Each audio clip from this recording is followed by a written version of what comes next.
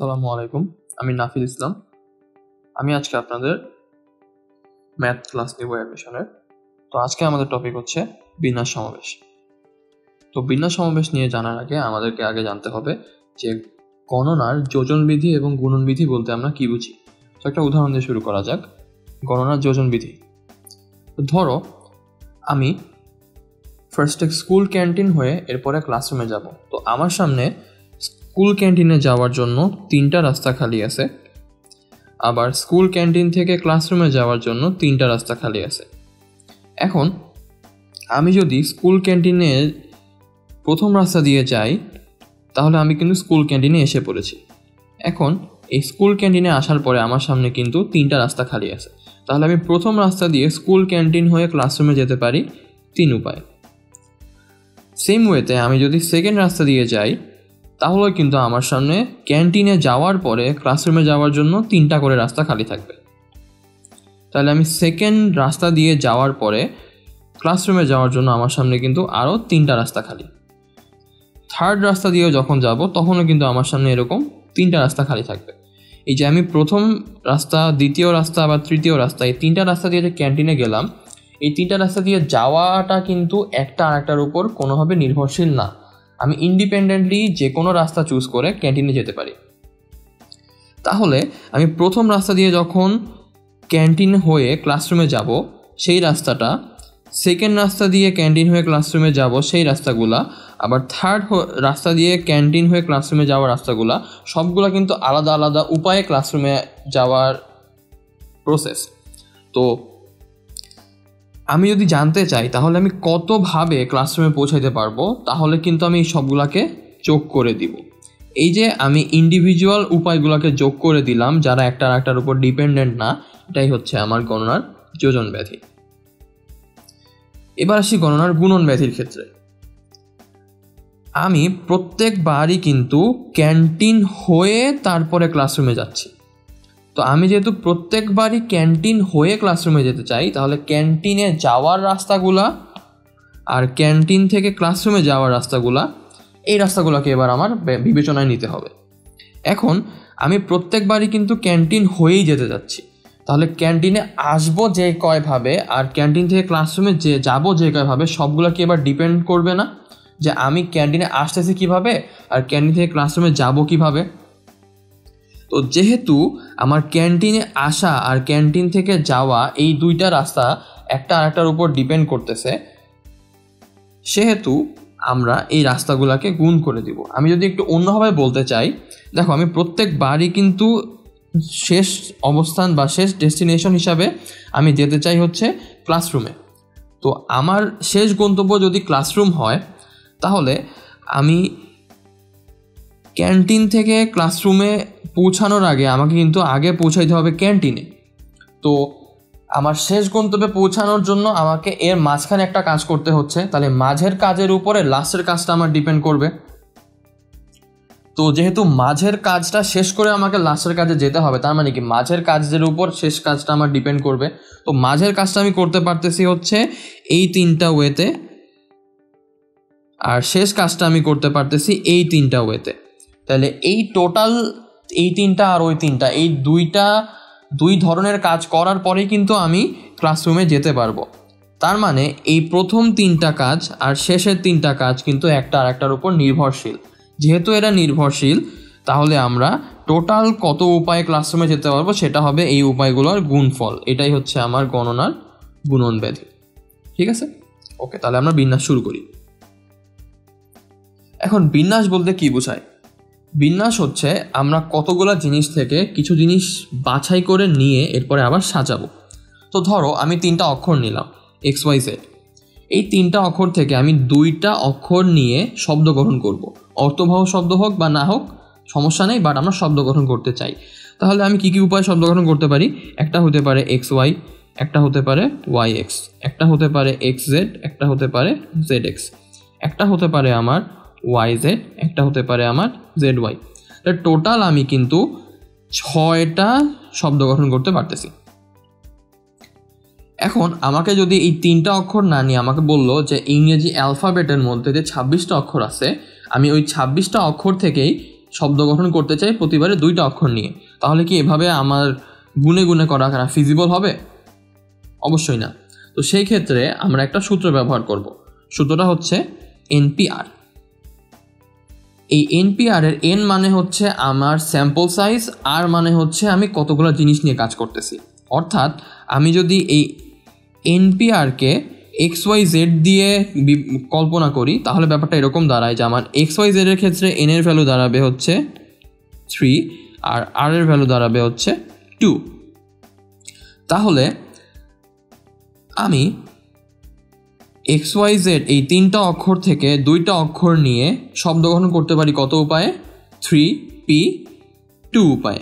এখন তোমাদের মনে প্রশ্ন জাগতে পারে যে NPR বলতে অ্যাকচুয়ালি কি বোঝায়? NPR বলতে অ্যাকচুয়ালি বোঝায় যে n factorial divided by n minus r factorial. আর এই NPR এর ফর্মুলা দিয়ে আমরা এই ম্যাথটা করতে পারি হচ্ছে 3p2 অর্থাৎ 6। তাহলে দেখো এইটা আর এইটা কিন্তু সেম উপায়ে বোঝাচ্ছে। আবার আমি যে আগে একটা কথা বললাম যে 26টা অক্ষর থেকে 2টা অক্ষর নিয়ে কীভাবে শব্দ গঠন করতে পারি, সেটাও কিন্তু আমরা NPR দিয়ে করতে পারি। তো সেক্ষেত্রে আমার অ্যান্সারটা হবে n এর ভ্যালু 26 আর r এর ভ্যালু আগের মতোই 2। তাহলে সেই ক্ষেত্রে আমরা 26টা অক্ষর থেকে 2টা অক্ষর নিয়ে সাজাতে পারি 26p2 উপায়। ঠিক আছে, ওকে। তাহলে একটা উদাহরণ করা যাক, অ্যাকচুয়াল উদাহরণ।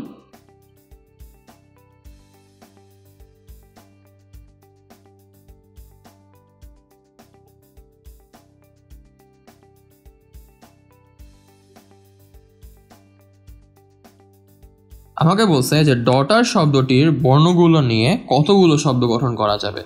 তো ডটার শব্দে আমার অক্ষর আছে কয়টা সেটা আমাকে আগে খেয়াল করতে হবে। তো গুণি আমরা যে ডটার শব্দে অক্ষর আছে 1 2 3 4 5 6 7 8। তো এই 8টা অক্ষর থেকে আমি কি কোনোটা বাদ দিচ্ছি? না, আমি 8টা অক্ষর থেকে 8টা অক্ষরই নিচ্ছি। তাহলে 8টা অক্ষর থেকে 8টা অক্ষরই নিয়ে আমি আগের ওয়েতে যদি শব্দ গঠন করতে চাই, তো সেক্ষেত্রে আমার n এর ভ্যালু হবে হচ্ছে 8, r এর ভ্যালু হবে হচ্ছে 8। তাহলে আমি 8টা অক্ষর থেকে 8টা অক্ষরই নিয়ে শব্দ গঠন করতে চাইলে আমার অ্যান্সারটা হবে 8p8। বুঝতে পেরেছি? ওকে, ঠিক আছে। এবার পরের ধরনে যাই। যে এখন ধরো যে আমাকে যদি এরকম হয় আমার এই ডটার শব্দটার অক্ষরগুলোর মধ্যে আমার বর্ণগুলো রিপিট হচ্ছে, অর্থাৎ ধরো একটা অক্ষর এ, এটা 2বার আসছে। তো সেই ক্ষেত্রে কি করব? সেই ক্ষেত্রে উপায়টা হচ্ছে যে আমি টোটাল যতগুলো অক্ষর আছে সেই অক্ষরগুলার ফ্যাক্টোরিয়াল নিব। তো সাপোজ এখানে n সংখ্যক অক্ষর থাকলে n ফ্যাক্টোরিয়াল নিব, আর যতগুলো রিপিট আছে মানে এখানে যেরকম p সংখ্যক রিপিট, q সংখ্যক রিপিট, r সংখ্যক রিপিট, ওই রিপিটগুলোকে ফ্যাক্টোরিয়াল বানিয়ে নিচে গুণ করে দিব। আমি একটা উদাহরণ দিই, ব্যাপারটা আরও ক্লিয়ার হবে। বলতেছে যে রাজশাহী শব্দটার বর্ণগুলো দিয়ে কতগুলো শব্দ গঠন করা যাবে। তো রাজশাহী শব্দে অক্ষর আছে কয়টা? 1 2 3 4 5 6 7 8, 8টা অক্ষর আছে। তাহলে আমি n এর ভ্যালু এখানে 8। এখন আমাকে বলতেছে যে দেখো আমি সবগুলো অক্ষর নিয়ে শব্দ গঠন করব, কিন্তু এখানে কিন্তু রিপিট আছে। আবার রিপিট কিভাবে? আমাকে দেখো এ আছে কিন্তু 2টা, আবার এইচ আছে 2টা। তাহলে এ হচ্ছে আমার এখানে 2টা, এইচও এখানে আমার 2টা। তাহলে যদি আমি আগের নিয়মে করতে চাই তাহলে কি হবে যে n ফ্যাক্টোরিয়াল মানে total factorial divided by repeat ফ্যাক্টোরিয়ালগুলা 2 ফ্যাক্টোরিয়াল 2 ফ্যাক্টোরিয়াল। ঠিক আছে, তাহলে অ্যান্সারটা দেখে নেই যে এই যে ক্লিয়ার ব্যাপারটা। তোমাদের বোঝার সুবিধার জন্য আমি একটু মুছে দেই।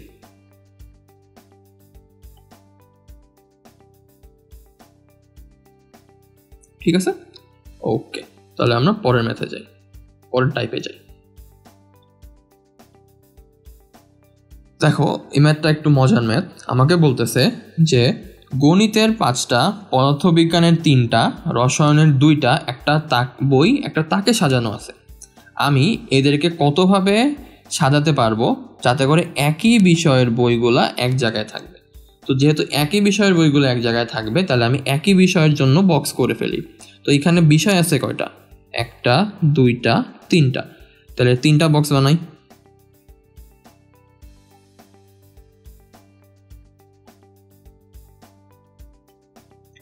এখন এই 3টা বক্স মানে 3 বিষয়ের বই। তো আমাকে যেহেতু বলছে একই বিষয়ের বইগুলো এক জায়গায় থাকবে, তাহলে আমি ধরে নিচ্ছি এটা হচ্ছে আমার গণিত বিষয়ের বইগুলা, এটা হচ্ছে আমার পদার্থবিজ্ঞান বিষয়ের বইগুলা, এটা হচ্ছে আমার রসায়নের বইগুলা। এখন এই 3 ধরনের বইকে যদি আমি এক জায়গায় রাখতে চাই, তাহলে আমি এই 3 ধরনের জিনিসকে আগে সাজায় ফেলি। তাহলে এই 3 ধরনের জিনিস কি আলাদা আলাদা জিনিস, তাহলে আলাদা আলাদা জিনিস কত উপায় সাজতে পারে? 3 উপায় সাজতে পারে। এখন এগুলার মধ্যেও আবার ইন্ডিভিজুয়াল বই আছে না, তার মানে আমার গণিতের বইগুলাও এখানে আমার কাউন্টার নিতে হবে। তো গণিতের বই আছে কয়টা? আমার 1টা 2টা 3টা 4টা 5টা গণিতের বই। পদার্থবিজ্ঞানের বই কয়টা আছে? 1টা 2টা 3টা। আবার রসায়নের বই আছে হচ্ছে 2টা।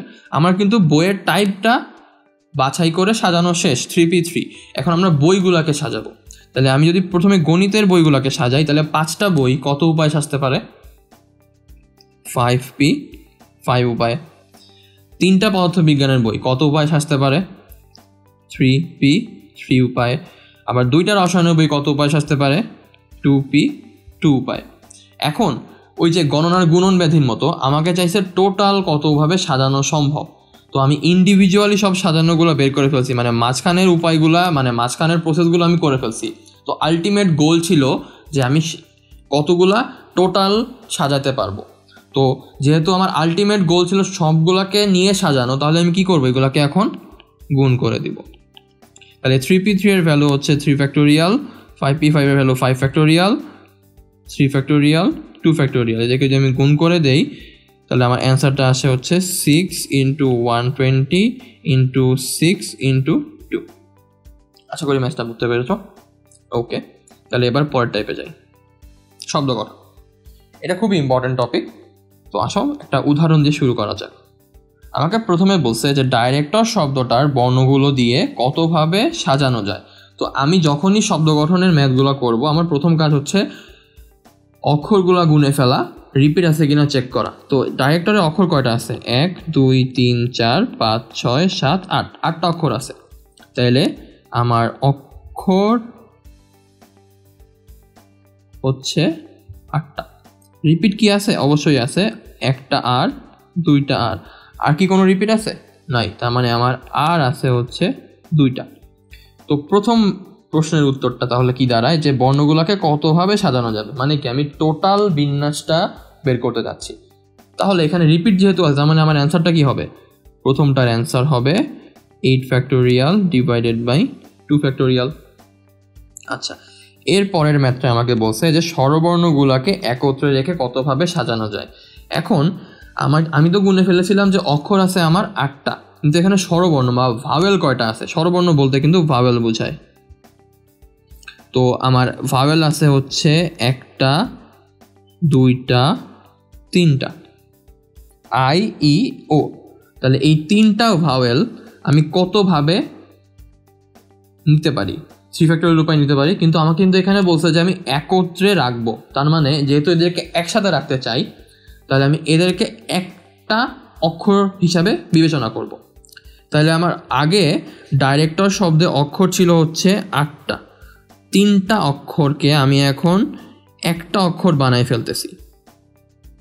তাহলে আমার 3টা অক্ষর কমে যাচ্ছে, কিন্তু একটা অক্ষর যেহেতু বানাই ফেলতেছি, তার মানে আমার একটা অক্ষর বেড়ে যাবে। তাহলে আমার অক্ষর হচ্ছে কয়টা এখন? 6টা। আমি যদি ব্যাপারটাকে ভিজুয়ালি চিন্তা করতে চাই, তাহলে আমার এখন অক্ষর দাঁড়াচ্ছে D R R C T I E O. এটা হচ্ছে একটা। তাহলে আমি যদি এখন গুনতে চাই, তাহলে আমার অক্ষর দাঁড়াচ্ছে 1 2 3 4 5 6। তাহলে এই 6টা অক্ষরকে আমি কতভাবে সাজাইতে পারি? 6 ফ্যাক্টোরিয়াল উপায়ে। এখানেও কিন্তু আমার রিপিট আছে, এই যে 1টা আর 2টা আর। তাহলে এই 2টা আরকে আমি কত উপায় সাজাইতে পারি? 2 ফ্যাক্টোরিয়াল উপায়। তার মানে স্বরবর্ণগুলোকে একত্রে রেখে আমি কতভাবে সাজাতে পারি? 6 ফ্যাক্টোরিয়াল ডিভাইডেড বাই 2 ফ্যাক্টোরিয়াল। পরের ম্যাথটাতে বলছে যে কতগুলা টোটাল বিন্যাসের মধ্যে স্বরবর্ণগুলা একত্রে থাকবে না। যেহেতু স্বরবর্ণগুলো এখন একত্রে থাকবে না, আমি এখন জানি একত্রে থাকার বিন্যাস কতগুলা, টোটাল বিন্যাস কতগুলা। তাহলে একত্রে থাকার বিন্যাসগুলোকে যদি আমি টোটাল বিন্যাস থেকে বাদ দিয়ে দেই, তাহলেই তো আমার একত্রে না থাকার বিন্যাসগুলো চলে আসতেছে। দ্যাট মিনস এই ক্ষেত্রে অ্যান্সারটা হবে 8 factorial divided by 2 factorial minus 6 factorial divided by 2 factorial. ঠিক আছে, ওকে, পরেরটাই যাই।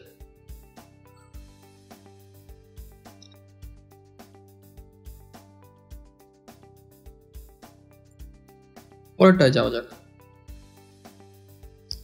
এখানে বলছে যে ডাইরেক্টর শব্দটার বর্ণগুলার কতগুলোতে স্বরবর্ণ এবং ব্যঞ্জন বর্ণের আপেক্ষিক অবস্থান পরিবর্তন করবে না।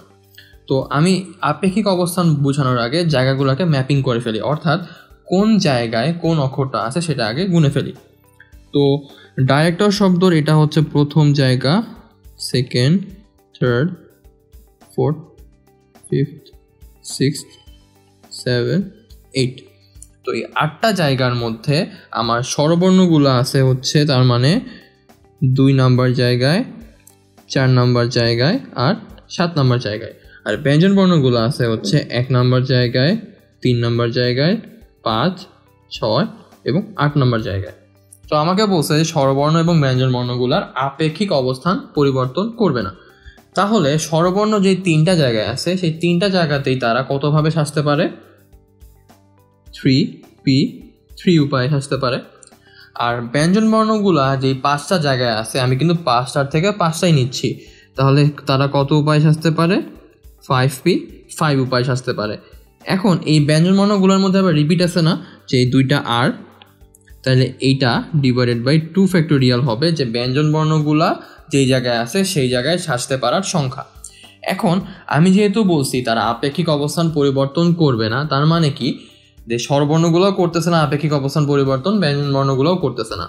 তো আমি যদি টোটালি বলতে চাই যে স্বরবর্ণ এবং ব্যঞ্জন বর্ণ কারোই আপেক্ষিক অবস্থান পরিবর্তন না করে কতগুলো বিন্যাস করতে পারি, সেক্ষেত্রে কি এই 2টা উপায় ইন্ডিভিজুয়ালি ডিপেন্ড করবে না? যেহেতু এরা ডিপেন্ড করবে তার মানে এদেরকে আমরা গুণ করে দিব। তাহলে আমার অ্যান্সারটা দাঁড়াচ্ছে 5 factorial divided by 2 factorial into 3 factorial, মানে 120 divided by 2 into 6 is equal two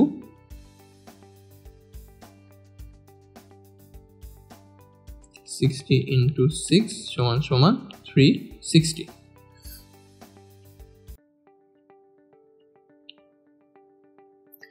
ওকে, পরেরটায় বলছে যে স্বরবর্ণগুলাকে স্থান পরিবর্তন না করে কতভাবে সাজানো যায়।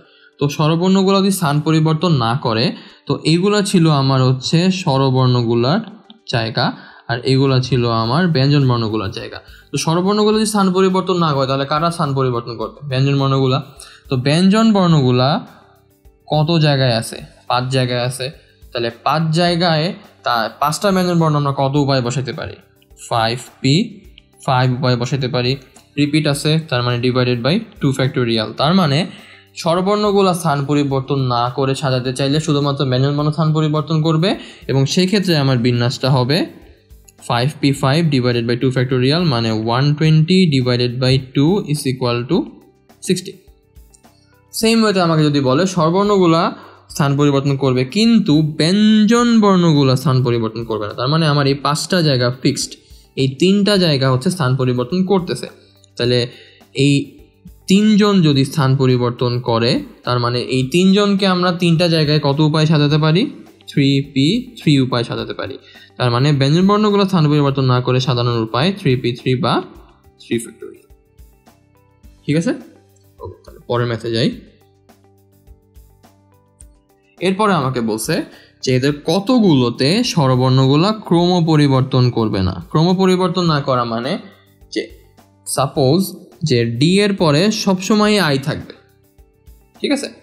তো এটা বোঝানোর জন্য আমরা একটু অন্য উদাহরণে যাই। সাপোজ ধরো এরা 2 জন টুইন ভাই, এদের চেহারা প্রায় একই রকম। তাহলে প্রথম জনের নাম ধরলাম হচ্ছে করিম, আর সেকেন্ড জনের নাম ধরলাম হচ্ছে রফিক। এখন করিম আর রফিক ধরো 2টা চেয়ারে বসবে। তো এটা হচ্ছে আমার ডান দিকের চেয়ার,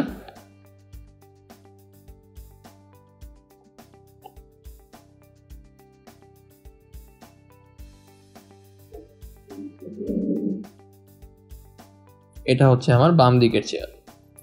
তো প্রথম চেয়ারে ধরলাম করিম বসলো, পরের চেয়ারে ধরলাম রফিক বসলো।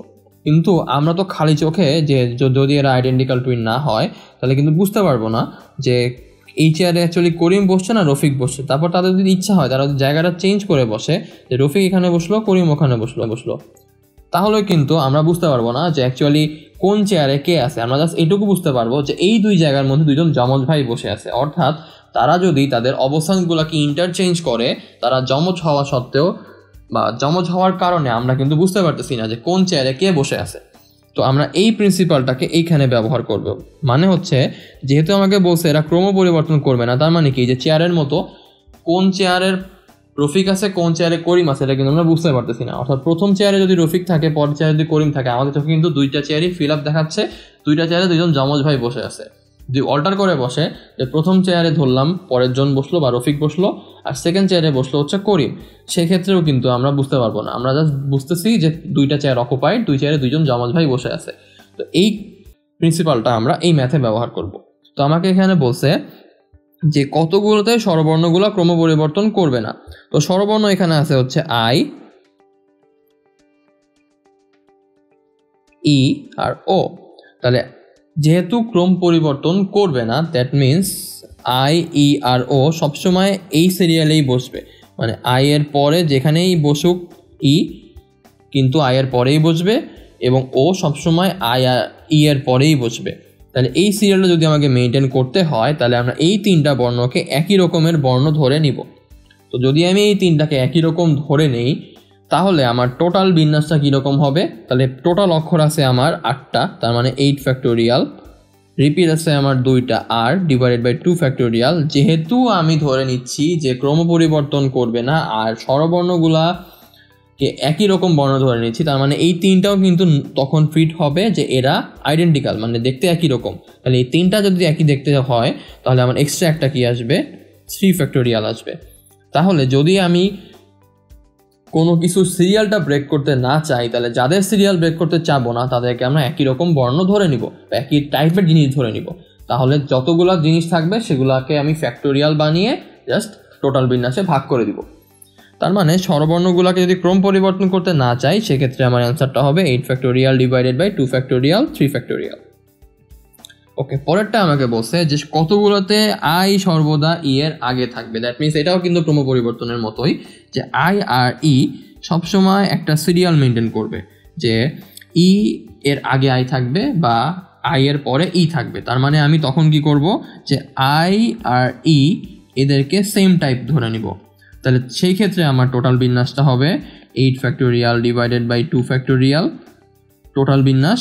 আবার এদেরকে যেহেতু সেম ধরে নিচ্ছি ডিভাইডেড বাই একটা এক্সট্রা 2 ফ্যাক্টোরিয়াল। ঠিক আছে, ওকে। থার্ড নাম্বারটাও কিন্তু একই রকম ক্রম পরিবর্তনে, জাস্ট কথাটা একটু ঘুরায় বলা আছে যে আই থাকবে ই এর আগে এবং ই থাকবে ও এর আগে। তার মানে আমার কিন্তু ওই প্রথম ম্যাথটাই, যে আই, ই আর ও এই সিরিয়ালটা ব্রেক হবে না। তার মানে এইটার অ্যান্সারও কিন্তু আগেরটাই, 8 factorial divided by 2 factorial 3 factorial. ঠিক আছে, পরেরটাই চাই। আচ্ছা দেখো, ঘাবড়ানোর কোনো কারণ নাই কোয়েশ্চেন দেখে। এই কোয়েশ্চেনটাও আগেরগুলোর মতোই বলছে যে 7টা ব্যঞ্জন বর্ণ এবং 3টা স্বরবর্ণ হলে কয়টা শব্দ গঠন করা যাবে, যেখানে শব্দগুলোতে 3টা ব্যঞ্জন বর্ণ এবং 2টা স্বরবর্ণ থাকবে। তো যেহেতু আমাকে এখানে কোনো কিছু রিপিট বলে নাই, তার মানে কি আমি এই 7টা ব্যঞ্জন বর্ণ থেকে 3টা ব্যঞ্জন বর্ণ নিয়ে সাজাবো। তাহলে 7টা জিনিস থেকে 3টা জিনিস সাজাতে পারি কত উপায়ে? 7p3 উপায়ে। আর 3টা স্বরবর্ণ থেকে 2টা স্বরবর্ণ নিয়ে সাজাবো। তাহলে এই 3টা স্বরবর্ণ থেকে 2টা স্বরবর্ণ নিয়ে আমি কি উপায় সাজাতে পারি? 3p2 উপায়ে। তো আমি তো এই স্বরবর্ণ ব্যঞ্জন বর্ণগুলো নিয়ে শব্দ গঠন করতেছি, তাহলে আমার আলটিমেট গোল কি? এদেরকে মিক্স করে শব্দ গঠন করা। তার মানে কি, যেহেতু এরা স্বরবর্ণ ব্যঞ্জনবর্ণ এই চুজ করাটা কি একটা একটার উপর ডিপেন্ডেন্ট শব্দ গঠনের জন্য, তার মানে এদেরকে আমরা গুণ করে দিব। তার মানে অ্যান্সারটা হবে 7p3 ইন্টু 3p2। ওকে, পরেরটাই যাই।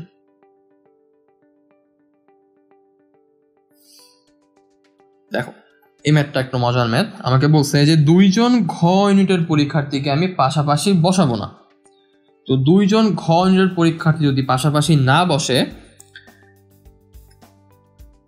তাহলে আমি 7 জন ক ইউনিট আর 5 জন ঘ ইউনিটের পরীক্ষার্থীকে একটা লাইনে কতভাবে সাজাতে পারি। তো যেহেতু আমি একটা লাইনে সাজাবো, তো সেই ক্ষেত্রে আমি ধরে নেই যে আমি ফার্স্টে একটা ইউনিটের শিক্ষার্থীদেরকে সাজাবো। তো ফার্স্টে আমি ধরে নিচ্ছি আমি সাজাবো হচ্ছে ঘ ইউনিটের পরীক্ষার্থীদের। তো যেহেতু এদেরকে আমি পাশাপাশি রাখবো না, তার মানে 5 জন ঘ ইউনিটের পরীক্ষার্থী যদি পাশাপাশি না থাকে, তাহলে তাদের মাঝখানে জায়গাগুলো আমার ফিল আপ করতে হবে। তো দেখো, ঘ ইউনিটের পরীক্ষার্থীরা যদি 5 জন হয়, তাদের মাঝখানে জায়গা কটা? 1টা 2টা 3টা 4টা, আর এটা গেল মাঝখানে জায়গা। এই পাশের জায়গাটাও কি কাউন্টে আসবে না? কারণ এটাও কিন্তু একটা জায়গা হিসাবে আমরা বিবেচনা করতে পারি। তাহলে আমার জায়গা দাঁড়াচ্ছে কয়টা? 1টা 2টা 3টা 4টা 5টা 6টা।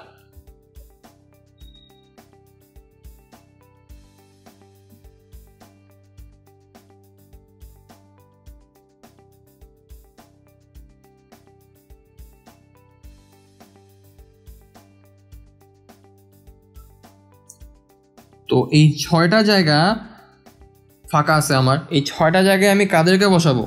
এই ক ইউনিটের পরীক্ষার্থীদেরকে বসাবো। তাহলে এই 6টা জায়গায় ক ইউনিটের পরীক্ষার্থীরা কতভাবে বসতে পারে? 7p6 উপায়ে বসতে পারে। তো এই 6টা জায়গায় 7 জন ক ইউনিটের পরীক্ষার্থী আমরা কত উপায় সাজতে পারি? 7p6 উপায়। আর এই 5টা ঘ ইউনিটের পরীক্ষার্থী কিন্তু এখন ইজিলি মুভ করতে পারবে, কারণ আমি কিন্তু এদের মাঝে জায়গাগুলো ফিল আপ করে ফেলছি। তাহলে 5 জন ঘ ইউনিটের পরীক্ষার্থী 5টা জায়গায় কতভাবে বসতে পারে? 5 ফ্যাক্টোরিয়াল উপায়। তাহলে আমার অ্যান্সারটা দাঁড়াচ্ছে হচ্ছে 7p6 × 5 ফ্যাক্টোরিয়াল। তো আমার অপশনে কিন্তু এইটা নাই। তো অপশনে যেটা আছে সেটা হচ্ছে মানে জাস্ট রিভার্স প্রসেসে করা।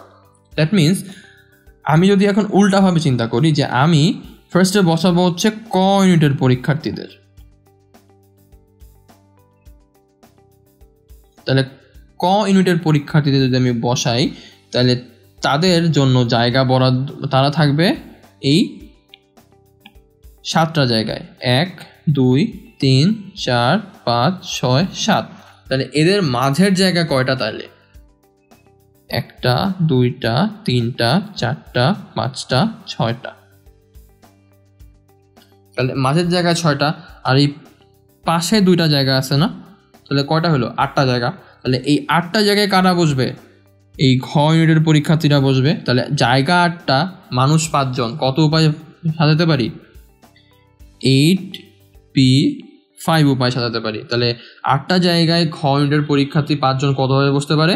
8p5 উপায়ে বসতে পারে। তাহলে আমার কিন্তু এই 7টা জায়গা এখন ইজিলি চেঞ্জ করা পসিবল। তাহলে 7টা জায়গায় 7 জন ক ইউনিটের পরীক্ষা কত উপায়ে বসতে পারে? 7 ফ্যাক্টোরিয়াল উপায়ে বসতে পারে।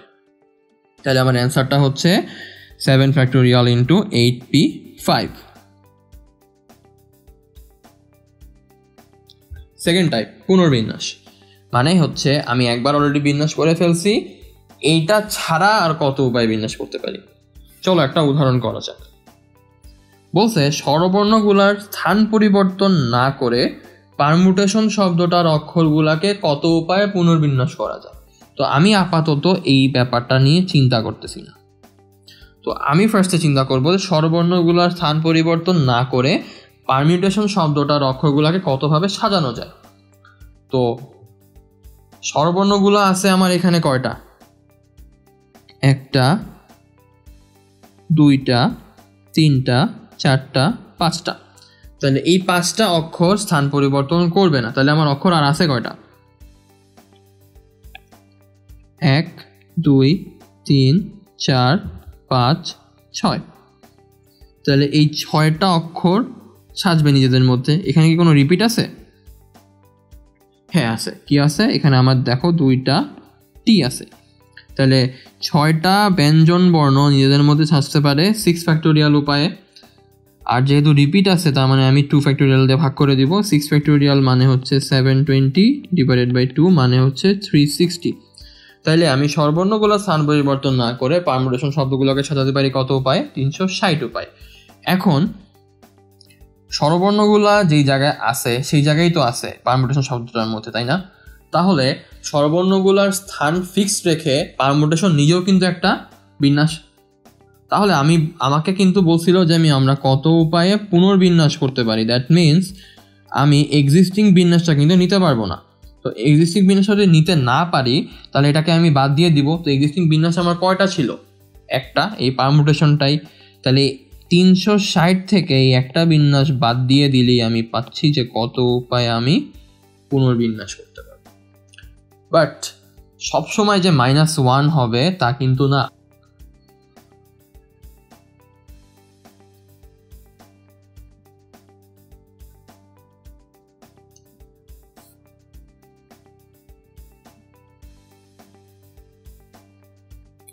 দেখো পরের ধরনে বলছে যে আইকে সর্বদা প্রথমে রেখে পারমিউটেশন শব্দটার অক্ষরগুলোকে কতভাবে পুনর্বিন্যাস করা যায়।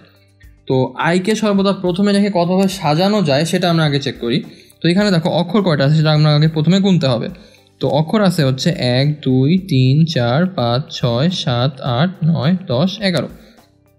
তো আমার অক্ষর আছে হচ্ছে 11টা, এর মধ্যে আবার টি আছে হচ্ছে 2টা। তাহলে 11টা অক্ষরকে আমি সাজাবো, তাহলে আমি 11টা আগে বক্স বানিয়ে ফেলি। 4 5 6 7 8 9 10 11। তাহলে এই 11টা অক্ষরের বক্সের মধ্যে আমি বলছি যে আইকে সবসময় প্রথমে রাখবো। তাহলে প্রথম বক্সটা আমি আই দিয়ে ফিল আপ করে দেই। এখন আমার বক্স আছে কয়টা? 10টা বক্স আছে। এই 10টা বক্সের মধ্যে 10টা অক্ষর বসাবো, কারণ আই তো বসায় ফেলছি। তাহলে 10টা বক্সের মধ্যে 10টা অক্ষর কতভাবে বসাতে পারি? 10p10 বা হচ্ছে 10 ফ্যাক্টোরিয়াল রূপে বসাতে পারি। রিপিট আছে 2টা, তাহলে ডিভাইডেড বাই কি হবে? 2 ফ্যাক্টোরিয়াল হবে। এখন এখানে কিন্তু চাইছে কত উপায়ে পুনর্বিন্যাস করতে পারি। এখন দেখো এক্সিস্টিং যে বিন্যাস পারমিউটেশন সেটার মধ্যে কি শুরুতে আই আছে? না। তাহলে কিন্তু আমরা এখানে পুনর্বিন্যাস বলাতে এটাকে কিন্তু আমি -1টা করব না। তাহলে আইকে সর্বদা প্রথমে রেখে পারমিউটেশন শব্দের অক্ষরগুলো কতভাবে সাজানো যায় সেটার অ্যান্সার যা হবে, কত উপায়ে পুনর্বিন্যাস করা যায় সেটার অ্যান্সার কিন্তু সেমই হবে। তার মানে পুনর্বিন্যাস মানে যে অলওয়েজ -1 ব্যাপারটা কিন্তু তা না। ওকে, এবার আসি সংখ্যা গঠন টাইপ 4। আমাকে বলছে যে 0 1 2 3 4 এই অক্ষরগুলোকে আমি একবার মাত্র ব্যবহার করে 4 অঙ্ক বিশিষ্ট কতগুলো সংখ্যা গঠন করতে পারি। তো আমি যেহেতু 4 অঙ্ক বিশিষ্ট সংখ্যা গঠন করব, তাহলে আমি 4টা আগে বক্স বানাই। এখন আমি 4 অঙ্ক বিশিষ্ট সংখ্যা গঠন করার জন্য আমার অঙ্ক আছে কয়টা? এখানে 5টা, 0 1 2 3 4। এখন এবার আমি চেক করব যে আমি প্রথম ঘরে কতগুলো অঙ্ক বসাতে পারি। তো প্রথম ঘরে যদি আমি 0কে বসাই তাহলে কি আমার এই যেই সংখ্যাটা হবে সেটা কি 4 অঙ্কের থাকবে? ধরো আমি সংখ্যাটা হলো আমার 0 4 3 6, তাহলে আলটিমেটলি এটা কি 4 3 6 না? এটা কি 4 অঙ্কের সংখ্যা হইলো? আর না, এটা হয়ে গেল 3 অঙ্কের। তার মানে আমি প্রথম ঘরে কিন্তু 0কে বসাতে পারবো না। তাহলে প্রথম ঘরের জন্য আমি এলিজিবল ক্যান্ডিডেট পাচ্ছি 4 জন। যেহেতু আমি একবার মাত্র ব্যবহার করব, তার মানে কিন্তু আমার এখন একটা ক্যান্ডিডেট কমে গেছে। তো ধরলাম আমি 4কে বসায় ফেলছি। তাইলে আমার সেকেন্ড ঘরের বসানোর জন্য এলিজিবল ক্যান্ডিডেট এখন আছে কয়টা? 1 2 3 4টা আছে। তার মানে সেকেন্ড ঘরের জন্য আমার আছে 4 জন। এবার ধরলাম আমি 3কে বসায় ফেলছি। তাহলে এবার থার্ড ঘরের জন্য আমার এলিজিবল ক্যান্ডিডেট কয়টা আছে? 3টা। ধরলাম 2কে বসায় ফেলছি। তাহলে এবার ফোর্থ ঘরের জন্য এলিজিবল ক্যান্ডিডেট আছে কয়টা? 2টা। তাহলে এখন দেখো সংখ্যাটা হওয়ার জন্য এলিজিবল ক্যান্ডিডেট নাম্বারগুলা ডিপেন্ড করতেছে না। তার মানে আমরা এটাকে অ্যাকচুয়ালি এখন গুণ করে দিব। তার মানে অ্যান্সার হচ্ছে 24 × 4 বা 72 মানে 144। ওকে, এবার আমাকে বলছে পরের ম্যাথে যে কতগুলা 4 অঙ্ক বিশিষ্ট বিজোড় সংখ্যা গঠন করা যায়।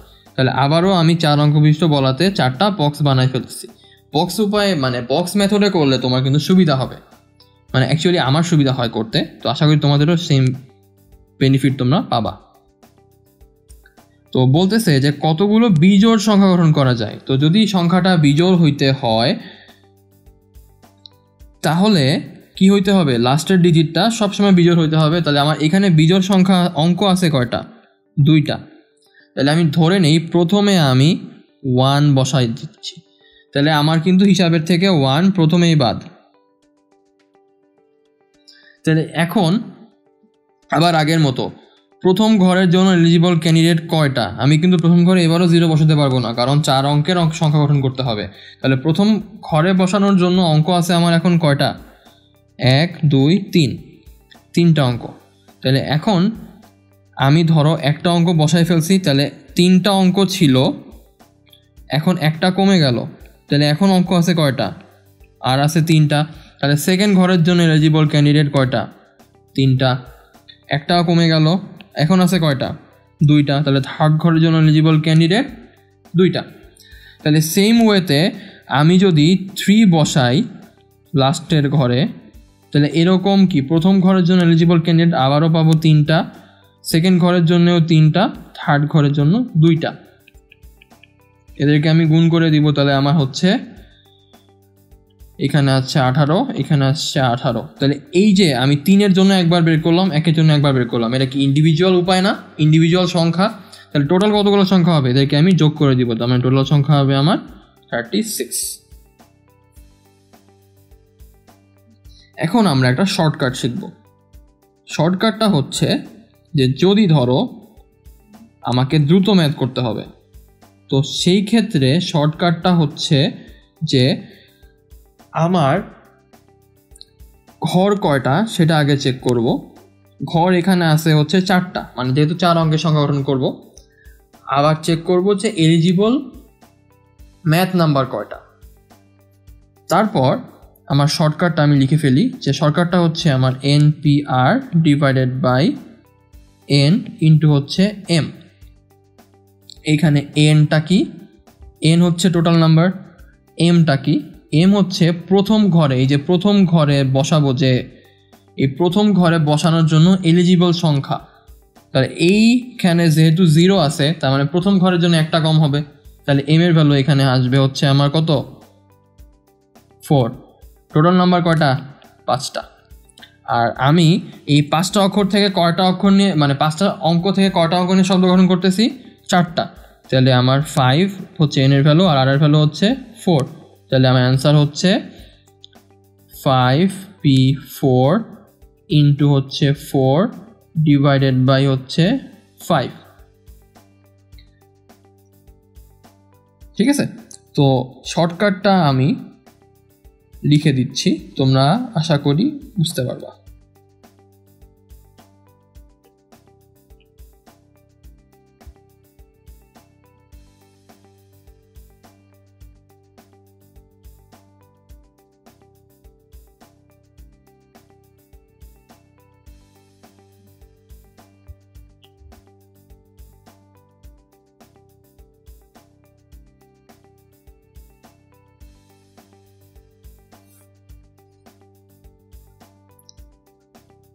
পরের ম্যাথ আমাকে বলছে যে 4 অঙ্ক বিশিষ্ট কিন্তু 5 দ্বারা বিভাজ্য কতগুলো সংখ্যা গঠন করা যায়। তো 4 অঙ্ক বিশিষ্ট, তার মানে আগের মতোই 4টা বক্স, কিন্তু এখানে কিন্তু বলে দিচ্ছে 5 দিয়ে বিভাজ্য। তো 5 দিয়ে যদি বিভাজ্য হইতে হয়, তাহলে লাস্টের ঘরে আমার সবসময় কি থাকবে, হয় 0 থাকবে, নেলে 5 থাকবে। তো লাস্টের ঘরের জন্য এলিজিবল ক্যান্ডিডেট কয়জন, 2 জন। তো ধরো আমি লাস্টের ঘরে 5কে বসাই দিছি, তাহলে এখন প্রথম ঘরের জন্য আমার এলিজিবল ক্যান্ডিডেট কারা আছে, 0 1 2 3 4। কিন্তু এখানে কিন্তু প্রথম ঘরে আমি 0 বসাতে পারবো না, তাহলে কে আছে, 1 2 3 4, মানে কয়জন আছে, 4 জন আছে। তো ধরো এরপরে আমি 4কে বসাই দিছি, তাহলে এখন সেকেন্ড ঘরের জন্য এলিজিবল ক্যান্ডিডেট কারা আছে, 1 2 3 4, 4 জন আছে। থার্ড ঘরের জন্য তাহলে কারা আছে, একটা কমে গেল, 3 জন আছে। তাইলে আমার টোটাল বিন্যাস সংখ্যা হচ্ছে 4 × 4 × 3 × 2। ইউজুয়ালি তো তাই হওয়ার কথা, তাই না? কিন্তু এই ক্ষেত্রে কিন্তু হবে না, কারণ এখানে কিন্তু 0 আছে। তো যেহেতু 0 আছে, সেই ক্ষেত্রে আমরা ম্যাথটা একটু অন্যভাবে চিন্তা করব।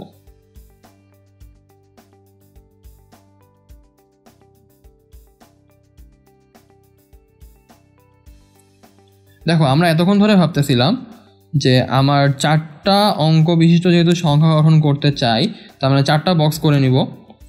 যেহেতু 5 দ্বারা বিভাজ্য হবে, তাহলে লাস্টে আমি 5 বসায় দিলাম, তাহলে 5 প্রথমে বাদ চলে গেল। তো 5-এর জন্য কিন্তু আমার এই 4 4 3 এই কম্বিনেশনটা ঠিক ছিল, কিন্তু যদি আমি 0 নেই লাস্টের ঘরে, তাহলে দেখো লাস্টের ঘরে 0কে বসায় দিলাম, তাহলে এখন আমার ঘর আছে আর 3টা। তো 3টা ঘরের মধ্যে প্রথম ঘরের জন্য যদি আমি চিন্তা করি, এখন আমি কিন্তু 0কে বাদ দিয়ে ফেলছি, তাহলে প্রথম ঘরের জন্য এলিজিবল ক্যান্ডিডেট কয়জন? এখানে 5 জন। আগে ছিল কিন্তু 4টা, তাহলে এখন কিন্তু একটা বেড়ে গেছে, কারণ 0 আমি বসাই দিছি। তাহলে সেকেন্ড ঘরের জন্য আমি যেহেতু একটা সংখ্যা বসাই ফেলছি, তাহলে কিন্তু একটা অঙ্ক কমে গেল। তাহলে সেকেন্ড ঘরের জন্য এলিজিবল ক্যান্ডিডেট কয়জন? এখন 4 জন। আরও একটা কমে গেল। থার্ড ঘরের জন্য এলিজিবল ক্যান্ডিডেট কয়জন? এখন 3 জন। তাহলে 0 যদি লাস্টে বসাই, তাহলে আমার অঙ্কগুলো মানে নাম্বার সংখ্যা হচ্ছে 5 × 4 × 3 মানে 20 × 3 মানে 60, আর এখানে ছিল 16 × 3 মানে 48। তাহলে আমার টোটাল নাম্বার হচ্ছে 48 + 60। বুঝতে পেরেছি? ওকে, পরেরটায় যাই। পরেরটায় বলছে যে 4000-এর থেকে বড় কিন্তু 5000-এর থেকে ছোট কতগুলো সংখ্যা গঠন করা যাবে। এই ক্ষেত্রে নোট করার বিষয় হচ্ছে, আমাকে কিন্তু এখানে অঙ্ক সংখ্যা ডিরেক্টলি বলে নাই, ইনডিরেক্টলি বলে দিছে। ইনডিরেক্টলি কীভাবে? যেহেতু আমাকে বলছে 4000 থেকে বড় আর 5000 থেকে ছোট, তাহলে আমি বাই ডিফল্ট বুঝতে পারতেছি এই সংখ্যাগুলো কিন্তু কোনোভাবেই 4 অঙ্কের কম বা 4 অঙ্কের বেশি হবে না। তাহলে আমি আগের মতোই 4টা বক্স বানাই ফেলতেছি। এখন যেহেতু 4000 থেকে বড় কিন্তু 5000-এর থেকে ছোট, তাইলে কিন্তু আমার প্রথম বক্সটাও ফিক্স হয়ে যাচ্ছে। 4000 থেকে বড় সবচেয়ে ছোট সংখ্যাকে 4001, আর 5000 থেকে ছোট সবচেয়ে বড় সংখ্যাকে 4999। তাহলে এই দুইটা সংখ্যাই দেখো, প্রথম ঘর কিন্তু ফিক্সড 4। দ্যাট মিনস আমার প্রথম ঘরটা এখানেও ফিক্সড 4। তাইলে 4000 থেকে বড় 5000 থেকে ছোট সংখ্যাগুলো যদি আমি গঠন করতে চাই এখন, সেই ক্ষেত্রে কিন্তু আমার একটা অঙ্ক প্রথমেই কমে যাচ্ছে, যে আমি 4টাকে নিতে পারবো না। তাহলে 4 ছাড়া বাকি আমার অঙ্ক আছে কয়টা? এখন 1 2 3 4 5টা অঙ্ক বাকি আছে। তাহলে সেকেন্ড ঘরের জন্য এলিজিবল ক্যান্ডিডেট তাহলে কয়টা? 5টা। একটা কমে গেল। আবার থার্ড ঘরের জন্য এলিজিবল ক্যান্ডিডেট কয়টা? 4টা। আরও একটা কমে গেল। ফোর্থ ঘরের জন্য এলিজিবল ক্যান্ডিডেট কয়টা? 3টা। তাহলে আমার অ্যান্সার হচ্ছে 5 × 4 × 3 বা হচ্ছে 60। ওকে, পরেরটাই যাই।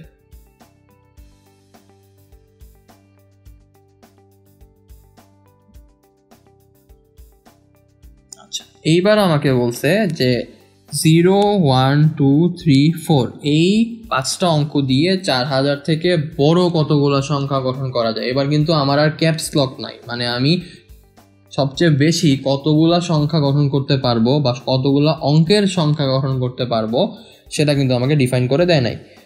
কিন্তু আবার আমাকে বলে দিছে আমি একবার মাত্র ব্যবহার করতে পারতেছি। তার মানে একবার যদি ব্যবহার করি তাহলে অঙ্কগুলো রিপিট হবে না।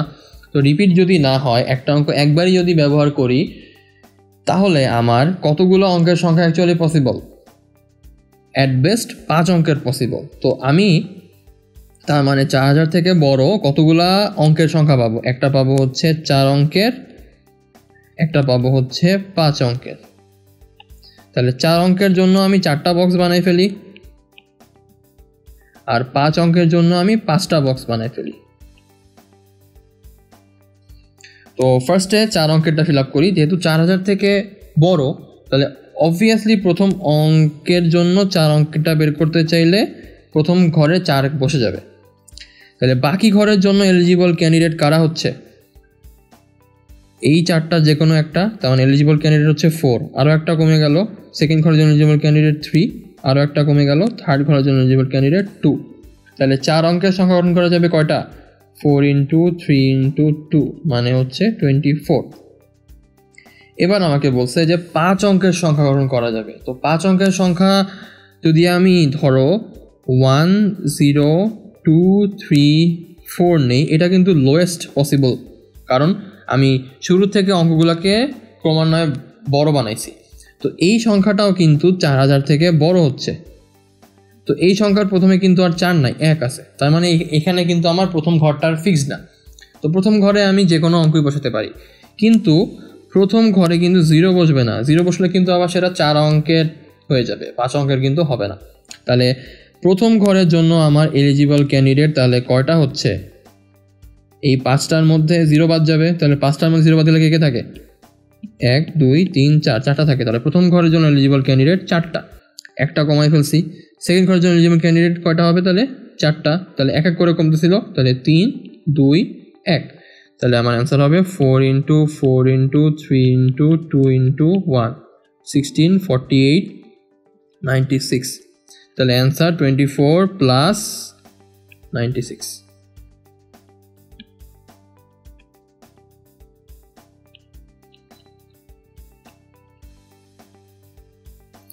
ওকে, এখন এতক্ষণ ধরে তো আমরা একবার মাত্র ইউজ করছি, যদি একাধিকবার ইউজ করি তাহলে কীরকম হবে চলো দেখা যাক। আমি 1 2 3 4 সংখ্যাগুলোকে যে কোনো সংখ্যক বার ব্যবহার করব। তাহলে যদি 1 2 3 4 সংখ্যাগুলোকে যে কোনো সংখ্যক বার ব্যবহার করে সংখ্যা গঠন করতে চাই, আমাকে কিন্তু আবার এখানে অঙ্কগুলো লিমিট করে দিচ্ছে যে 4 অঙ্কেরই হইতে হবে। তাহলে 4 অঙ্কের হইতে হলে আমাকে 4টা বক্স আগের মতোই। এখন প্রথম ঘরের জন্য এলিজিবল ক্যান্ডিডেট কারা? এখানে কিন্তু 0 নাই, তার মানে সবাই বুঝতে পারবে।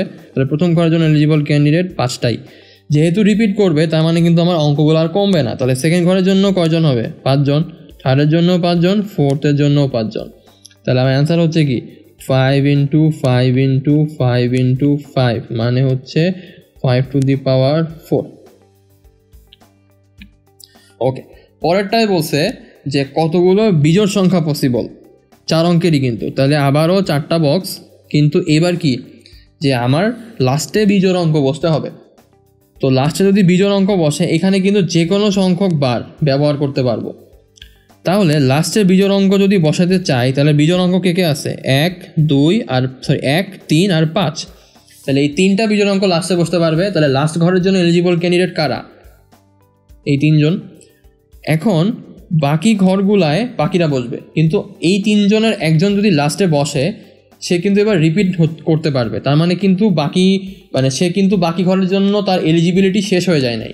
তাহলে প্রথম ঘরেও সে বসতে পারবে, লাস্ট ঘরে বসার পরেও সেকেন্ড ঘরেও সে বসতে পারবে, থার্ড ঘরেও সে বসতে পারবে। তাহলে লাস্ট ঘরে 3 জন এলিজিবল ক্যান্ডিডেট থাকে এবং 3 জনই যদি রিপিট করে, তাহলে ফার্স্ট ঘরের জন্য কয়জন এলিজিবল? আবারও কিন্তু 5 জন, এখানে কিন্তু আর কমবে না। তাহলে সেকেন্ড ঘরের জন্য 5 জন, থার্ড ঘরের জন্য 5 জন। তাহলে অ্যান্সার হচ্ছে 5³ × 3। আচ্ছা, এইবার আমাকে বলছে যে 4 অঙ্ক বিশিষ্ট কিন্তু 5000 থেকে ছোট জোড় সংখ্যা। তাহলে এখানে কিন্তু অনেকগুলো কন্ডিশন। একে তো সে 4 অঙ্কের হবে, তার মানে আমার বক্স কয়টা? 4টা। আবার সে কি হবে? 5000 থেকে ছোট হবে, তার মানে আমার প্রথম ঘরে কিন্তু 5000 বসতে পারবে না, কারণ 5000 থেকে ছোট সংখ্যা যে সে যদি আসে,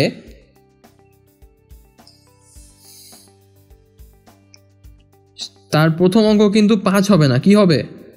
5000 থেকে সবচেয়ে বড় যেই সংখ্যাটা, 5000 থেকে ছোট কিন্তু সবচেয়ে বড় সংখ্যাকে 499।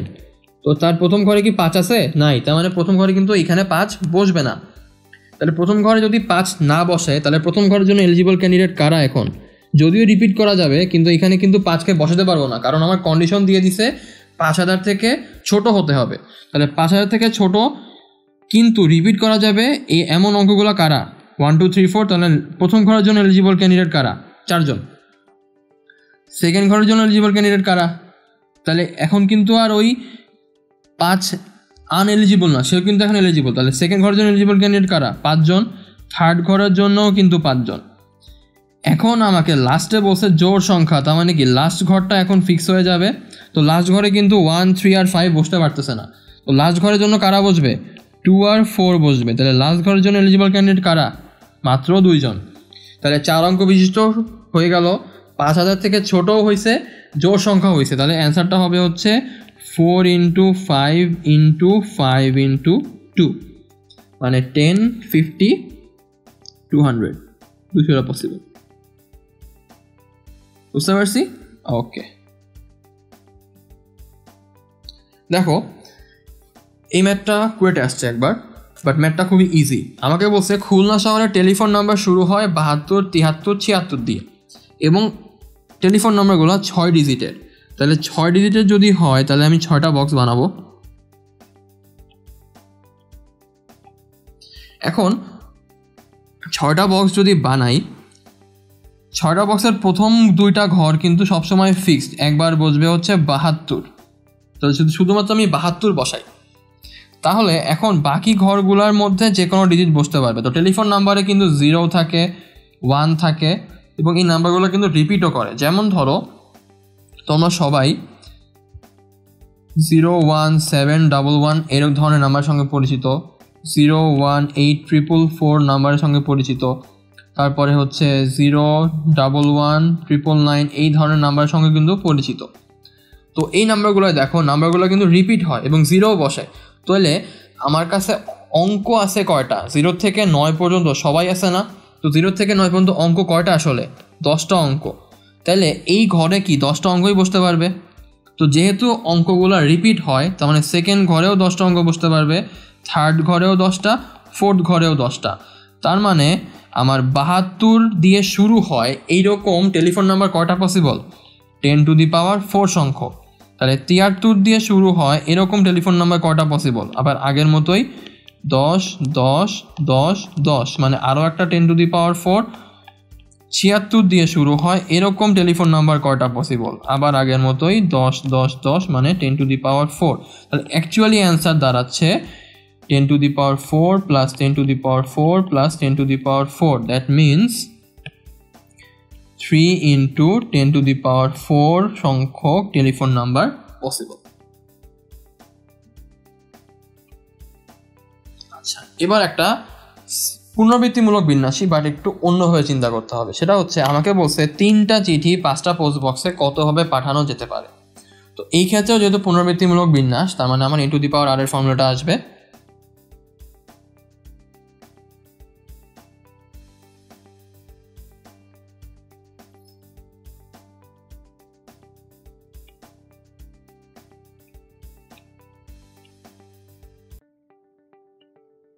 তো এই n⁴ এর মধ্যে n কোনটা হবে আর r কোনটা হবে?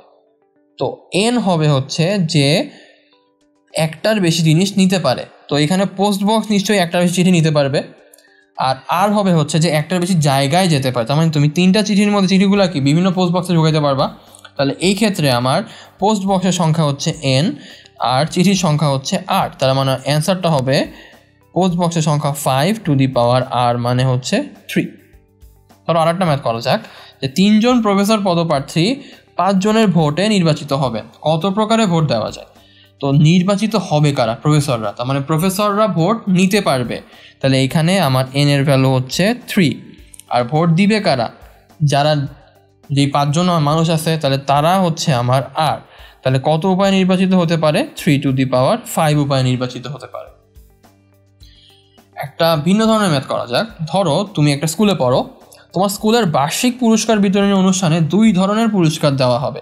একটা হচ্ছে সর্বোচ্চ উপস্থিতি আর একটা হচ্ছে তোমার উত্তম চরিত্র। তো এই পুরস্কার 2টা তুমি কতজনের মধ্যে দিবা? 65 জনের মধ্যে। তার মানে এই 65 জন পুরস্কারগুলো নিবে। কতভাবে পুরস্কারগুলো দিতে পারো? তো 65 জন যদি নেয়, তার মানে 65 জন কি আমার 2টা পুরস্কারে নিতে পারে।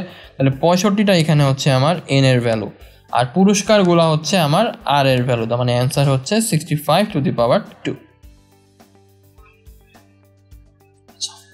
এর পরের টাইপটা হচ্ছে বিন্যাসের সমীকরণ। তো এই ম্যাথগুলা হচ্ছে আমার শর্টকাট নাই, বাট এই ম্যাথগুলো একটু লেন্দি, বাট দ্রুত আমাদের করতে হবে। তো ফার্স্ট ম্যাথটা হচ্ছে n-1p3 is to the n+1p3 is equal to 5/12 হয়। এখান থেকে আমার n এর ভ্যালু বের করতে হবে। তো আমি জানি কি NCR এর মানে npr is equal to n factorial divided by n minus r whole factorial। তাহলে আমি যদি এখানে ম্যাথটা এখন বসাই তাহলে আমার আসছে n-1 factorial divided by n-4 factorial is to n plus 1 factorial divided by n plus 1 minus 3 factorial is equal to 5/12। তাইলে n minus 1 factorial divided by n minus 4 factorial উল্টাই দেই into n minus 2 factorial divided by n plus 1 factorial is equal to 5/12। এখন আমি এই ফ্যাক্টোরিয়ালগুলোকে ভাঙাবো। তো আমরা জানি যে আমি যদি 5 ফ্যাক্টোরিয়ালকে লিখতে চাই লেখা যায় হচ্ছে 5 4 3 2 1, বা আমি লিখতে পারি এটা কিন্তু আবার 4 ফ্যাক্টোরিয়ালের মতো দেখতে, তাহলে মানে আমি 5 কে লিখতে পারি 5 * 4 ফ্যাক্টোরিয়াল, আবার এইটুকু কিন্তু দেখতে আবার 3 ফ্যাক্টোরিয়ালের মতো, তাহলে আমি লিখতে পারি কিন্তু 5 * 4 * 3 ফ্যাক্টোরিয়াল। তার মানে হচ্ছে আমি বড় একটা ফ্যাক্টোরিয়ালকে ভেঙে ছোট ফ্যাক্টোরিয়ালে লিখতে পারি। তো আমি এখানে এই কাজটাই করব। তো দেখো এখানে আছে n+1 আবার n-1, তাহলে n+1 অবশ্যই n-1 এর থেকে বড়, তাহলে n+1 কে ভাঙায় আমি n-1 ফ্যাক্টোরিয়াল পর্যন্ত আনবো। আবার দেখো n এর থেকে 2 বাদ দিলে যা পাই এর থেকে 4 বাদ দিলে তার থেকে বেশি পাবো না কম পাবো? অবশ্যই কম পাবো। তার মানে n-2 কিন্তু n-4 এর থেকে বড়, তাহলে আমি n-2 কে ভাঙিয়ে n-4 এর ফ্যাক্টোরিয়াল নিয়ে আসবো। তাহলে আমার ম্যাথটা দাঁড়াচ্ছে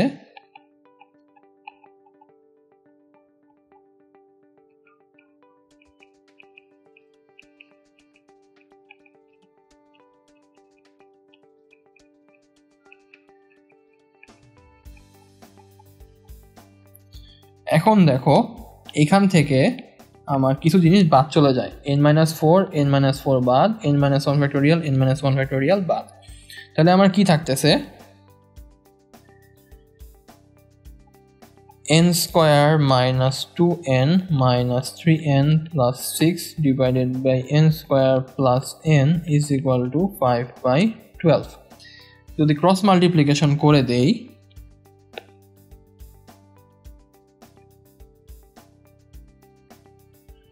তাহলে দাঁড়াচ্ছে যে n square minus 5n plus 6 divided by n square plus n is equal to 5/12, বা 12n square minus 60n plus 72 is equal to 5n square plus 5n। যদি কাটাকাটি করি তাহলে হচ্ছে 5n আর 12n কাটা চলে গেলে থাকে হচ্ছে 7n square, 60r minus 65n plus 72 is equal to 0।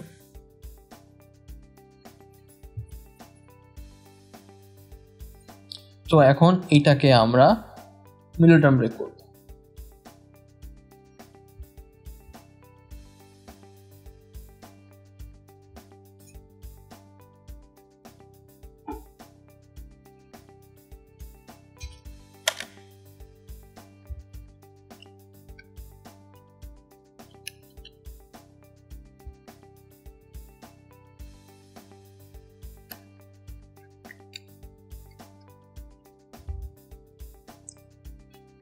তাহলে আমরা n এর ভ্যালু পাচ্ছি যে n is equal to 8, n is equal to 9/7।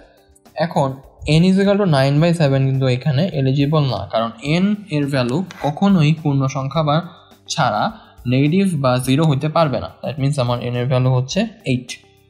n কিন্তু কখনোই নেগেটিভ বা ফ্র্যাকশন হবে না। পরের ম্যাথটা করি যে np4 is equal to 6 np3 হলে n এর ভ্যালু বের করতে হবে। তার মানে np4 মানে হচ্ছে n factorial divided by n minus 4 factorial is equal to 6 into n factorial divided by n minus 3 factorial। দেখো এইখানে কিন্তু আবার আগের মতো আমি দুই পাশ থেকে একই জিনিস বাদ দিয়ে দিতে পারি, তাহলে এই দুটো বাদ, তাহলে আমার থাকতেছে হচ্ছে n minus 3 factorial divided by n minus 4 factorial is equal to হচ্ছে 6। তাহলে 3 factorial এটাকে n-3 ফ্যাক্টোরিয়ালটা বড়, তাহলে এটাকে যদি ভাঙাই তাহলে আমি n-6 ফ্যাক্টোরিয়ালটা পাবো, n-4টা পাবো। তার মানে কি n-3 into n-4 factorial divided by n-4 factorial is equal to 6। তার মানে এখন আমার এটা বাদ চলে যায়, তাহলে আমার থাকে যে n-3 ইজ ইকুয়াল টু 6, মানে n ইজ ইকুয়াল টু 9। আশা করি বুঝতে পেরেছ। ওকে, পরের টাইপ চক্রবিন্যাস। চক্রবিন্যাস ব্যাপারটা হচ্ছে যে এতক্ষণ তো আমরা একই লাইনে সাজাচ্ছিলাম, তো এখন যদি এরকম হয় যে আমাকে একটা গোল টেবিলে সাজাতে বললো, তার মানে এখানে একজন বসবে, এখানে একজন বসবে, এখানে একজন বসবে, এখানে একজন বসবে, এখানে একজন, এখানে একজন, এখানে একজন, এখানে একজন। তো ধরো এদেরকে যদি আমি নর্মাল নিয়মে সাজাই, তাহলে একজন যদি এই পাশ থেকে দেখে তাহলে তার কাছে কিন্তু টেবিলটা এভাবে যাবে, তো সে এক ধরনের বিন্যাস দেখবে। কেউ যদি এই পাশ থেকে দেখে তাহলে সে কিন্তু আবার আর এক ধরনের বিন্যাস দেখবে। তার মানে গোল টেবিলটা তুমি কোন জায়গায় দাঁড়ায় আসো সেই জায়গার উপর ডিপেন্ড করে কিন্তু বিভিন্ন ধরনের বিন্যাস দেয়। তো এই কারণে গোল টেবিল বা চক্রবিন্যাস যখন আমরা করব, যেহেতু বিভিন্ন ধরনের বিন্যাস বিভিন্ন জায়গার সাপেক্ষে হয়, তো আমরা একটা জায়গাকে ফিক্স করে দিব। তার মানে আমাকে যদি n সংখ্যক জিনিস গোল টেবিলে বা চক্রাকারে সাজাতে বলে, তাহলে n সংখ্যক জিনিস আমরা ইউজুয়ালি সাজাইতাম n ফ্যাক্টোরিয়াল উপায়ে। এখন যেহেতু একটা জায়গায় আমরা ফিক্স করে দিচ্ছি, তার মানে ওকে নিয়ে কিন্তু আমরা নাড়াচাড়া করবো না, তাহলে n সংখ্যক জিনিস চক্রাকারে সাজানোর সময় একটা জিনিস কমে যাবে, তাহলে তখন চক্রাকারে সাজানোটা হবে হচ্ছে n-1 ফ্যাক্টোরিয়াল উপায়। এখন যদি এইরকম হয় যে তুমি কোনো বস্তুকে চক্রাকারে সাজানোর পরেও অ্যান্টি ক্লকওয়াইজ যা দেখতেছো ক্লকওয়াইজও সেম দেখতেছো, তার মানে তুমি যদি ডান দিক থেকে একটা বস্তুকে যা দেখো বাম দিক থেকে যদি সেম দেখো, তার মানে একই বিন্যাস দুইবার তুমি দেখতেছো না, তার মানে তখন কিন্তু n-1 ফ্যাক্টোরিয়াল ব্যাপারটাও সঠিক না, এখানে কিন্তু একই বিন্যাস ডাবল করে আসছে। তো যদি অ্যান্টি ক্লক আর ক্লকওয়াইজ দেখতে সেম রকম হয়, তখন আমরা n-1 ফ্যাক্টোরিয়াল ডিভাইডেড বাই 2 করব। তো টু সাম আপ আমরা বলতে পারি ইউজুয়ালি চক্রবিন্যাসের জন্য আমার রুল হবে n-1 ফ্যাক্টোরিয়াল, আর যদি অ্যান্টি ক্লক ক্লকওয়াইজ দেখতে একই রকম হয় সেক্ষেত্রে আমার রুল হবে n-1 ফ্যাক্টোরিয়াল ডিভাইডেড বাই 2। এটা ম্যাথ করা যাক। বলছে যে 8 জন মেয়ে বৃত্তাকারে নাচবে, তাহলে কত উপায়ে তারা পৃথক পৃথকভাবে দাঁড়াতে পারে। তো যেহেতু তারা বৃত্তাকারভাবে নাচবে, তার মানে চক্রবিন্যাস, তাহলে 8 জনের মধ্যে একজনকে ফিক্স করে দিলে আমার থাকে কয়জন, 8-1 মানে 7 জন। 7 জনকে কত উপায় সাজাতে পারি, 7 ফ্যাক্টোরিয়াল উপায়ে। এটাই হচ্ছে আমার অ্যান্সার। পরের ম্যাথটা দেখো, বলছে যে 12টা ভিন্ন ধরনের মুক্তা কতভাবে নিয়ে মুক্তার হার তৈরি করা যায়। এখন মুক্তাগুলা দেখতে প্রায় সবই একই রকম না, যদিও এখানে বলছে বিভিন্ন ধরনের। তো মুক্তার ম্যাথ যখন আমরা করব, বিভিন্ন ধরনের বললেও এগুলা কিন্তু অ্যান্টি ক্লক আর ক্লকওয়াইজ সেম রকম দেখায়। তাহলে 12টা মুক্তা দিয়ে আমি যদি মালা বানাই, কত উপায় বানাতে পারি, একটা মালাকে ফিক্স করে দিলে আমার একটা কমে যাবে, তার মানে 11 ফ্যাক্টোরিয়াল উপায় বানাতে পারবো। আবার এদেরকে অ্যান্টি ক্লক ক্লকওয়াইজ দেখতে একই রকম লাগবে, কারণ এরা হচ্ছে মালা। তো সেই ক্ষেত্রে আমরা এটাকে 11 ফ্যাক্টোরিয়াল ডিভাইডেড বাই 2 করবো, তার মানে আমার অ্যান্সার হচ্ছে 11 factorial divided by 2। Last topic আমাদের বিন্যাসের মিসেলেনিয়াস, মানে এগুলো হচ্ছে বিভিন্ন ধরনের ম্যাথ, এগুলো কোনো স্পেসিফিক টপিকের মধ্যে পড়ে না। প্রথমটা, এটা অলরেডি একবার পরীক্ষায় আসছে, একটু চিন্তা করো যে একজন শিক্ষক প্রশ্ন করতে চান, একই প্রশ্ন সবার জন্য আলাদা আলাদা ক্রমে সাজানো থাকবে, তাহলে সে সবচেয়ে কম সংখ্যক প্রশ্ন কতগুলো করতে পারবে 30 জন পরীক্ষার্থীর পরীক্ষা নেওয়ার জন্য। তো যেহেতু একই প্রশ্ন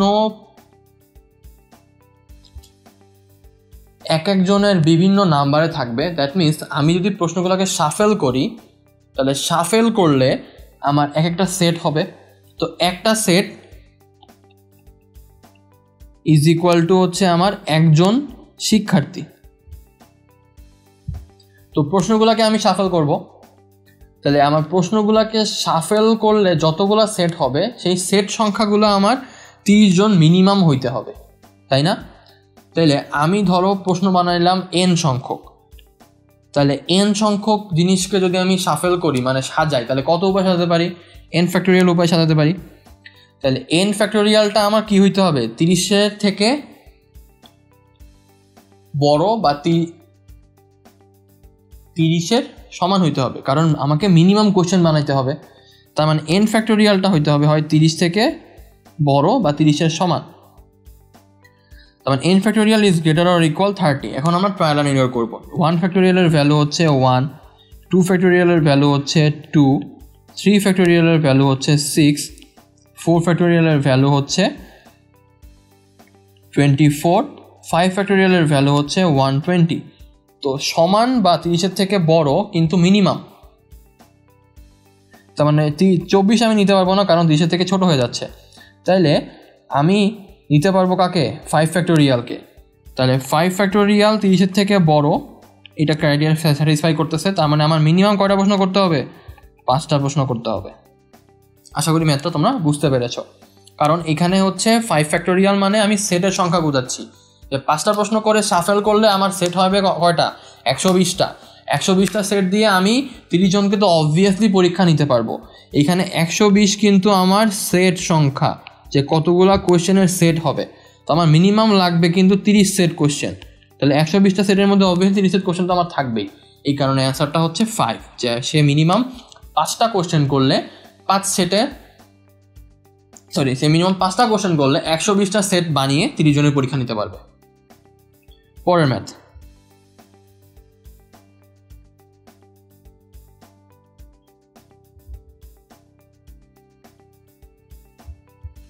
এটা একটু কমন সেন্সের ম্যাথ। আমাকে বলছে 10 জন ছাত্র প্রত্যেকজনকে একটা করে গোলাপ দিলে কতগুলা গোলাপ ফুল লাগবে? তো 10 জনের মধ্যে একজন কয়জনকে গোলাপ দিবে? 9 জনকে, কারণ সে তো নিজেকে আর গোলাপ দিতে পারবে না। তাহলে প্রথম জন 9 জনকে গোলাপ দিল, দ্বিতীয় জনও কয়জনকে গোলাপ দিবে? 9 জনকে। এরকম করে 3 নাম্বার জনও দিবে 9 জনকে। এরকম করে 10 নাম্বার জনও কয়জনকে গোলাপ দিবে? 9 জনকে। তো আমার কাছে কতগুলা গোলাপ চাইছে? মোট কি চাইছে অ্যাকচুয়ালি? মোট কতগুলা গোলাপ লাগবে। তার মানে আমি অ্যাকচুয়ালি কী করবো? এটা কিন্তু কোনোটাই কারোর উপর ডিপেন্ডেন্ট না। তার মানে আমি সবগুলাকে যোগ করে দিব। তার মানে 9কে 10 বার যোগ করলে অ্যাকচুয়ালি কত হয়? 9 × 10 মানে আমার 90টা গোলাপ লাগবে।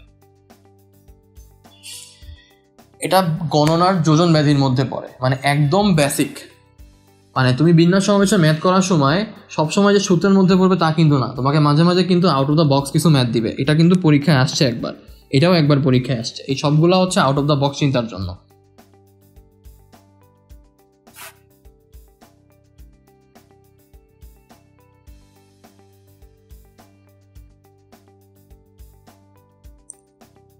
ওকে, পরের ম্যাথে যাওয়া যাক। এটা আজকে লাস্ট ম্যাথ। এখানে বলছে যে একজন লোকের একটা সাদা, 2টা লাল এবং 3টা সবুজ পতাকা আছে। একটার উপর আরেকটা সাজানো 4টা পতাকা দিয়ে তিনি কতভাবে সংকেত তৈরি করতে পারেন? তো আমার এখানে টোটাল পতাকা আছে হচ্ছে 1, একটা সাদা, 2টা লাল আর 3টা সবুজ, মানে মোট 6টা পতাকা আছে। আমি এদের মধ্যে থেকে 4টা করে নিয়ে সংকেত বানাবো। তাহলে আমি সবগুলা কালারেরই পতাকা নিতে পারি। তার মানে আমি কালারগুলো আগে ঠিক করে নিই। আমি সাদা নিব, লাল নিব আর হচ্ছে সবুজ নিব। তো ফার্স্টে আমি ঠিক করি আমি একটা সাদা নিব আর হচ্ছে একটা লাল নিব। তো টোটাল যেহেতু আমি 4টা পতাকা নিতে পারি, তাহলে আমি বাকিগুলো সবুজ নিব অবশ্যই। তাহলে সবুজ আমার পতাকা নিব হচ্ছে তাহলে 2টা। তো বলে রাখা ভালো, আমার সাদার ম্যাক্সিমাম ক্যাপাসিটি কিন্তু একটাই, লালের ম্যাক্সিমাম ক্যাপাসিটি 2টা, সবুজের ম্যাক্সিমাম ক্যাপাসিটি হচ্ছে 3টা। তো সাদাকে যদি একটা রেখে লালকে আমি 2টা করি, তাহলে আমার সবুজ হবে কয়টা? একটা।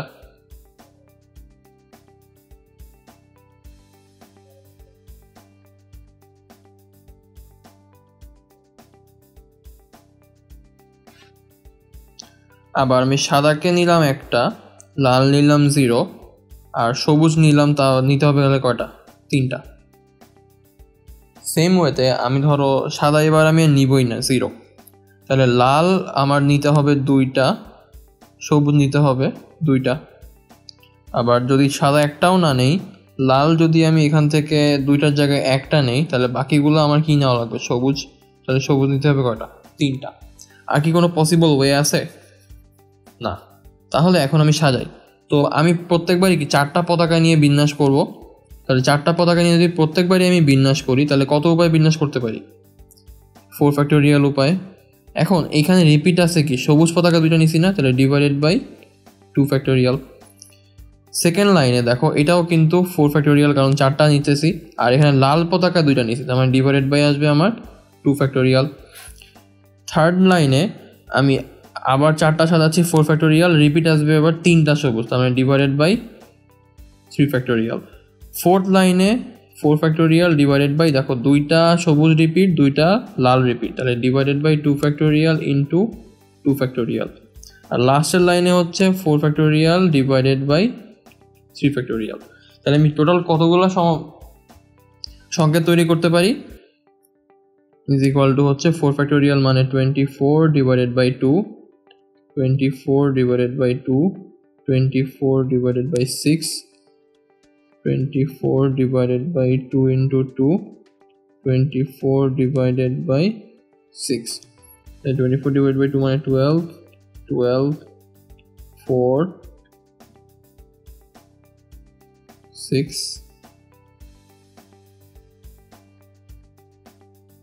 4. এদেরকে যদি যোগ করে দেই 10, 22, 26, 36, 38, তাহলে আমি টোটাল 38টা সংকেত বানাইতে পারি। আজকে এই পর্যন্তই।